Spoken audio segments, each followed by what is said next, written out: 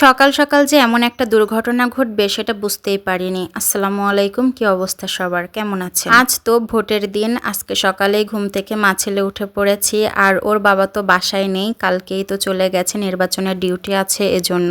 সকালবেলা ঘুম থেকে উঠেই মা ছেলে দুজনই কিন্তু খুবই খুশি ছিলাম, কিন্তু কিছুক্ষণ পরে যে এমন একটা দুর্ঘটনা ঘটবে সেটা বুঝতেই পারিনি। আমার ছেলেটা তো সকালে ঘুম থেকে উঠেই খুবই খুশি ছিল, যার কারণে আমি ওর একটু ভিডিও নিচ্ছিলাম। আর এই তো বিছানার অবস্থা, আর আমার ছেলে তো খেলা করতেছে, তো বিছানাটাও সুন্দর করে গুছিয়ে নিলাম। এর মাঝেই কিন্তু আমার ছেলে পড়ে গিয়েছিল, আর পড়ে যেয়ে আমার ছেলে খুব বেশি ব্যথা পেয়েছে, অনেকটা কেটে গেছে। আর কেটে যাওয়ার পরেই কিন্তু অনেক রক্তও বের হয়েছিল। যাই হোক, কি আর করব, কিছু করার নেই। হঠাৎ করে এমন একটা দুর্ঘটনা ঘটে গেল। যেহেতু ওর বাবা বাসায় নেই, যার কারণে আমি ভাবলাম যে সকালে তেমন কিছুই রান্না করব না, এখন হচ্ছে নুডলসটা রান্না করব। মা ছেলের নুডলসই আজকে সকালে খাবো। এই তো এখানে আমি পানি গরমে বসিয়ে দিয়েছিলাম, আর এরপরে নুডলসগুলা দিয়ে দিয়েছি সিদ্ধ করার জন্য। আর এদিকে তো আমার ছেলে সবসময় তো আমার সাথে সাথেই থাকে যতক্ষণ আমি রান্না করব। মনটা খুবই খারাপ, তারপরেও কিছু করার নেই, ছেলেটাকে তো খাওয়াতে হবে। ও ঘুম থেকে উঠে এখনো পর্যন্ত কিছু খায়নি, তবে একটু বিস্কিট খেতে দিয়েছিলাম, বিস্কিট খেয়ে খেলা করতেছে। এই তো আমার এখানে নুডলসটাও সেদ্ধ হয়ে গেছে, আর আমি নুডলসটা সেদ্ধ করার পর একটু হালকা করে ধুয়ে নিচ্ছি। আর আজকে নুডলসটা রান্না করব খুবই সাধারণভাবে। আমার তো নুডলস রান্না করতে গেলে সবজি দিয়ে যদি নুডলসটা রান্না করা হয় তাহলে আমার সব থেকে বেশি ভালো লাগে। তবে এখন খুব শর্টকাটে রান্না করতেছি, যার কারণে খুব সিম্পল ভাবেই করব। শুধুমাত্র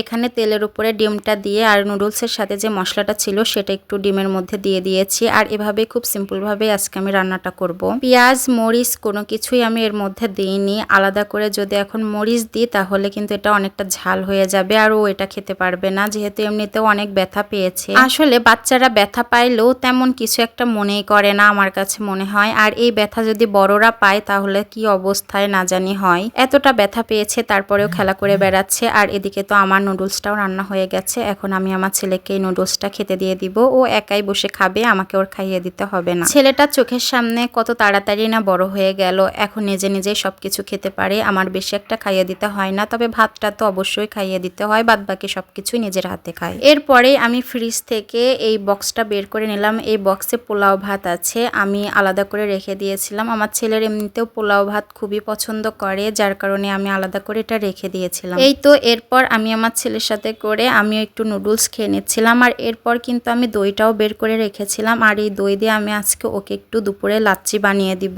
এর মাঝেই আমি আমার ছেলেকে গোসল করে ঘুম পাড়িয়ে দিয়েছি, মানে ওর ব্যথা পেয়েছে যার কারণে খুবই ক্লান্ত, এমনিতেই ঘুমিয়ে গেছে। এজন্য আর কি ভাবলাম যে রান্নাঘরে আসি, আমি আগে থেকেই লাচ্ছিটা তৈরি করে রাখি, যাতে ঘুম থেকে উঠলেই আমি ওকে খাইয়ে দিতে পারি। আজ এ পর্যন্তই, ভিডিওটা আর বেশি বড় করব না। আমার ছেলের জন্য সবাই দোয়া করবেন। আল্লাহ হাফেজ।